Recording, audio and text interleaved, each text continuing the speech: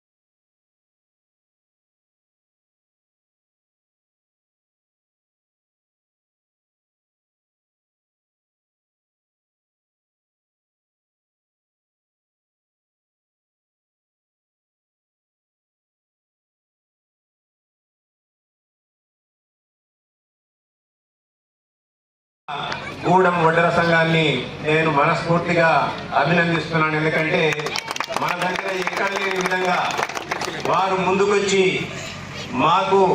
మా కులస్తుడు దేశ స్వాతంత్ర సమరంలో 1804వ సంవత్సరంలో రాయలసీమ ప్రాంతంలో పుట్టి 1946వ సంవత్సరం అంటే కేవలం 39 సంవత్సరాలే జీవించిన మా కులస్తుడు ఈ దేశ స్వాతంత్ర సమరంలో ఇలా అసువులు పాల్చి మా కులానికి ఒక వన్నె తెచ్చిన వ్యక్తిని మేము మరిచిపోము, మేము గుర్తుంచుకుంటామని చెప్పి మీరు అతని యొక్క విగ్రహాన్ని ఏర్పాటు చేయడం నిజంగా కూడా స్ఫూర్తిదాయకం.